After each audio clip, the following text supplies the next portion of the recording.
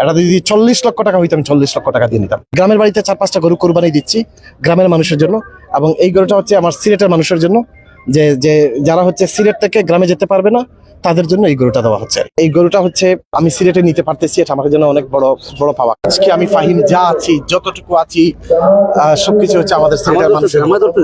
আমি গ্রামের বাড়িতে কোরবানি দিব, আর এই গরুটা বিশেষ করে যেহেতু আমার ফ্যামিলি যাচ্ছে সিলেটে, আমার ওয়াইফ আমার বাচ্চারা যাবে সিলেটে, তারা একটু স্বাচ্ছন্দ্য বোধ করবে যদি সিলেট শহরে করি কোরবানি।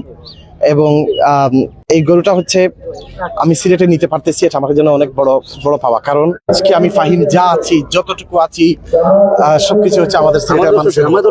এই গরুটা হচ্ছে আমার ম্যাডামের জন্য, যে দেশটা দিয়ে ম্যাডাম যে বেগম খালেদা জিয়া, এটা সিলেট শহরের অসহায় মানুষের জন্য বিলিয়ে দিবেন কিনা? অবশ্যই অবশ্যই আমার সিলেটের মানুষ যারা গরিব মানুষ আছে, যতটুকু পারি ওনাদের জন্য। আচ্ছা, এই খুশিটা হচ্ছে কিছু কিছু এক্সাইটমেন্ট যে আপনার জীবনে আপনি বোঝাতে পারবেন না। যেমন আমি একটা উদাহরণ দিই, ম্যাডাম বেগম খালেদা জিয়ার সাথে আমার মায়ের একটা আত্মিক বন্ধন আছে।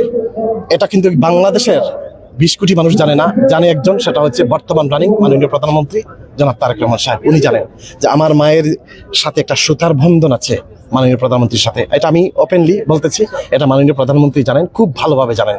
এবং যেহেতু আমার মাও নাই, মাননীয় মাননীয় প্রধানমন্ত্রীর মা উনিও পৃথিবীতে নাই, দেশনেত্রী বেগম খালেদা জিয়া, এবং সেই জায়গাতে এমন একটা গরু আসছে যেটা হচ্ছে একটা আবেগ, অনেক বেশি আবেগ। এই গরুটার সাথে আমাদের পুরো বাংলাদেশের মানুষের আবেগ জড়িত, আমাদের পারিবারিক আবেগ জড়িত।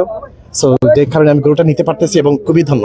এবং সত্য কথা বলেই যেহেতু গরুর মালিক এখানে নাই, এটা যদি 40 লক্ষ টাকা হইতো আমি 40 লক্ষ টাকা দিয়ে নিতাম।